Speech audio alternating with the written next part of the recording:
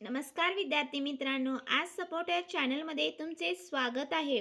तर 10वीच्या हिंदी या पेपरमध्ये जर तुम्हाला बोर्डाच्या परीक्षेत व्याकरणात 14 पैकी 14 मार्क्स हवे असतील तर हा व्हिडिओ स्किप न करता शेवटपर्यंत पहा आणि त्यामुळे तुम्हाला पैकीच्या पैकी व्याकरणात हा तुमचा मार्क्स हे मिळणार आहेत. तर चला तर विद्यार्थी मित्रांनो, जो तुमचा विभाग 4 असणार आहे तो पहा तुमचा व्याकरणावरचा असणार आहे, ज्यामध्ये तुम्हाला 14 मार्क्सचे प्रश्न असणार आहेत. तर पाहू शकता जे हिंदीच्या व्याकरणावरचे असणार आहेत. तर सर्वप्रथम पहा, पहिला जो प्रश्न असणार आहे तो तुमचा शब्दभेदवरचा असणार आहे. म्हणजेच एखादं वाक्य देणार आहे तुम्हाला प्रश्नपत्रिकेमध्ये आणि त्यावरचं तुम्हाला काय करायचं आहे तर शब्दभेद पहचान कर और बनाकर बदल कर लिखिए. तर तुम्हाला एखादं वाक्य देणार आहेत आणि त्या वाक्यातील एखाद्या शब्दाला त्यांनी अंडरलाईन करणार आहेत आणि दिलेल्या वाक्याचं शब्दभेद पहचान कर किंवा बदल कर लिखिए हा 1 मार्कचा तुमचा प्रश्न असणार आहे. तर खूप सोपा असणार आहे. पहा, तिथं हिमालय या शब्दाला त्यांनी अंडरलाईन केली होती आणि त्याचं काय शब्दभेद काय येतो तर ही संज्ञा आहे, परंतु काय आहे तर व्यक्तिवाचक संज्ञा आहे. एखाद्या व्यक्तीचं जर नाव असेल तर ती व्यक्तिवाचक संज्ञा हा शब्दभेद असतो. त्यानंतर पहा, एकूण 1 मार्क्ससाठी असणार आहे. दुसरा जो असणार आहे तो पण खूप सोपा असणार आहे, ज्यामध्ये अव्ययाचा प्रश्न असणार आहे. पहा, तर तुम्हाला अव्यय देतील आणि त्याचं काय करायचं आहे तर एखाद्या वाक्यात त्या अव्ययाचा वापर करून एक वाक्य तयार करायचं आहे.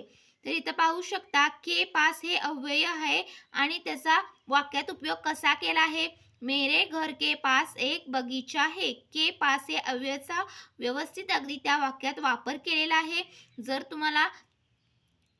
तुम्हाला हा प्रश्न खूप अवघड वाटत असेल तर तुम्ही सिंपल ह्याच्यामध्ये ते वाक्य काय करू शकता, त्या वेळेचा फक्त जस्ट वापर करून लिहायचा आहे, जे 1 मार्क्ससाठी तुम्हाला असणार आहे. त्यानंतर पहा, तिसरा जो असणार आहे तो असणार आहे तुमचा संधीवरचा असणार आहे, ज्यामध्ये तुम्हाला 1 मार्क्ससाठी हा प्रश्न विचारण्यात येतो. 2 शब्द देणार आहेत. कोणत्याही एका शब्दाचा संधी विच्छेद करा आणि त्यानुसार त्या संधीचा प्रकार कोणता आहे ते लिहा. तर तुम्हाला ही कृती जी आहे ती पेननं व्यवस्थित अगदी तो टेबल काढायचा आहे आणि त्यानंतर तुम्हाला काय करायचं आहे, जो शब्द दिला आहे 1 किंवा 2 तुम्ही दोन्ही पण सोडवू शकता, परंतु आपल्याला ज्या शब्दाचा योग्य असा संधी प्रकार माहिती आहे किंवा संधी विच्छेद माहिती आहे तोच तुम्ही शब्द तिथं सोडवायचा आहे. तर विद्यालय, विद्या अधिक आलय हा स्वर संधी प्रकार आहे, यासाठी 1 मार्क्स असणार आहे. त्यानंतर चौथा जो असणार आहे तो सहाय्यक क्रिया असणार आहे. तुम्हाला एखादं वाक्य देणार आहेत प्रश्नपत्रिकेमध्ये आणि त्यावरील सहाय्यक क्रिया ढूंढकर उसका मूल रूप लिखिए. तर लिया हे जे सहाय्यक क्रिया आहे आणि त्याचं मूल रूप काय येणार आहे, लेना. तर इथं अंडरलाईन केलेले आहे. पहा, जर ती कृती तुम्हाला टेबल फॉर्मॅटमध्ये दिली असेल तर तुम्ही पेननं ती कृती उत्तरपत्रिकेमध्ये परत काढून त्याचं उत्तर हे व्यवस्थित लिहायचं आहे. त्यानंतर पहा, 5वा जो असणार आहे तो देखील 1 मार्क्ससाठी असणार आहे, ज्यामध्ये तुम्हाला दिलेल्या वाक्यातील क्रिया पहचान कर उसका प्रथम प्रेरणार्थक क्रिया और द्वितीय प्रेरणार्थक क्रिया लिखिए. तर इथं पढना ही क्रिया आहे आणि त्यामध्ये त्याचं प्रथम प्रेरणार्थक क्रिया काय येणार, पढाना, आणि त्याचं द्वितीय प्रेरणार्थक क्रिया काय येणार, पढवाना. तर हे देखील 1 मार्क्ससाठी खूप सोपा असणार आहे पहा प्रश्न.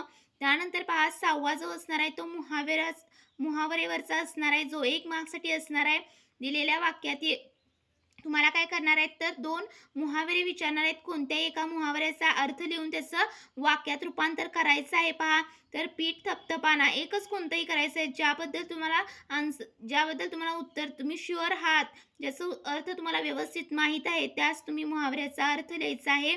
पाहू शकता, पीठ थपथपाना शाबासी देना आणि त्याचं वाक्यात रूपांतर कसं केलं आहे पहा. वाक्य, कक्षा में प्रथम आने पर शिक्षक ने मेरी पीठ थपथपाई. तर खूप सोपा आहे पहा. अर्थ लिहिला तर त्याला अर्धा मार्क आणि वाक्यात उपयोग केला तर त्याला अर्धा मार्क, असा एकूण 1 मार्कसाठी हा प्रश्न असणार आहे. त्यानंतर 7वा जो प्रश्न असणार आहे तो दिलेल्या वाक्यातील कारक चिन्ह पहचान कर उसका कारक का भेद लिखिए. तर इथं की हे कारक चिन्ह असणार आहे आणि त्याचं कारक भेद काय, संबंध कारक असणार आहे. हे देखील 1 मार्क्सचा असणार आहे. त्यानंतर 8वा जो असणार आहे तो विरामचिन्हांचा असणार आहे. तुम्हाला एक वाक्य देतील आणि त्यामध्ये तुम्हाला काय करायचं आहे, परत ते उत्तरपत्रिकेमध्ये लिहायचं आहे, परंतु त्यामध्ये योग्य अशा विरामचिन्हांचा वापर करून तुम्हाला ते वाक्य लिहायचं आहे. तर इथं पाहू शकता, मैं अपने काम खुद करता हूँ. तर असं वाक्य दिलं होतं प्रश्नपत्रिकेमध्ये आणि त्यामध्ये पूर्ण विराम जो दंड आहे पहा तो दिला नव्हता, तर तुम्हाला व्यवस्थित त्या विरामचिन्हांचा वापर करून परत उत्तरपत्रिकेमध्ये हे वाक्य परत लिहायचं आहे, ज्यासाठी 1 मार्क्स असणार आहे.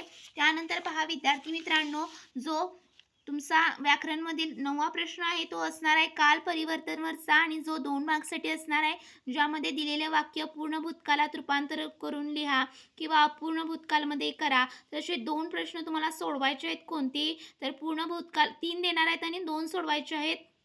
प्रत्येक प्रश्नाला 1-1 मार्क्स असणार आहे. तर पूर्ण भूतकाळात कसं वाक्य केलेलं आहे पहा. मैं हिंदी पढ़ चुका था येणार पूर्ण भूतकाळात. त्यानंतर अपूर्ण भूतकाळात वह पुस्तक पढ़ रहा था येणार. तर यासाठी तुम्हाला 2 मार्क्स एकूण असणार आहे 9व्या प्रश्नासाठी. त्यानंतर 10वा जो प्रश्न असणार आहे तो पहा विद्यार्थी मित्रांनो, तो तुमचा 2 मार्क्ससाठी असणार आहे. जो वाक्य के रचना के अनुसार उसका भेद पहचान कर लिखिए, हे 1 मार्क्ससाठी असणार आहे. आणि दुसरा जो असणार आहे दिलेलं वाक्य या प्रश्नार्थक वाक्यामध्ये रूपांतर करून लिहा किंवा उद्गारवाचक प्रश्न उद्गारार्थी वाक्यात रूपांतर करून लिहा, असे सोपे प्रश्न हे असणार आहेत. तर इथं पाहू शकता, जैसे ही सूर्योदय हुआ वैसे ही चिडिया चहचहाने लगी, तर हे मिश्र वाक्य आहे. त्यानंतर उद्गारार्थी वाक्य पहा, वाह वाह कितना सुंदर दृश्य हे, हे देखील 1 मार्क्ससाठी असणार आहे. तर असं तुमचा 10वा जो प्रश्न आहे तो एकूण 2 मार्क्ससाठी असणार आहे. जो वाक्य के रचना के अनुसार उसका भेद पहचान कर लिखिए यासाठी असणार आहे. त्यानंतर 11वा जो प्रश्न असणार आहे तो असणार आहे तुमचा 2 मार्क्ससाठी असणार आहे, ज्यामध्ये तुम्हाला 2 वाक्य कोणतेही 2 वाक्याचं वाक्य शुद्धीकरण करून लिहायचं आहे. तर इथं पाहू शकता, मैं अपने देश से प्यार करता हूँ, यामध्ये तुम्हाला शुद्ध वाक्य करून परत लिहायचं आहे. तर इथं से हे तुम्हाला प्रश्नपत्रिकेमध्ये चुकीचं दिलं होतं आणि तुम्ही उत्तरपत्रिकेमध्ये ते दुरुस्त करून लिहिलेलं आहात. त्यानंतर हे 1 मार्क्ससाठी आणि दुसरा जो असणार आहे फुलों पर तितली बैठी, हे 1 मार्क्ससाठी असणार आहे. तर अशा 14 मार्क्सचा तुमचा भाषा अध्ययनचा असणार आहे. खूप सोपा असणार आहे. व्हिडिओ आवडल्यास नक्की लाईक करा. Thank you so much.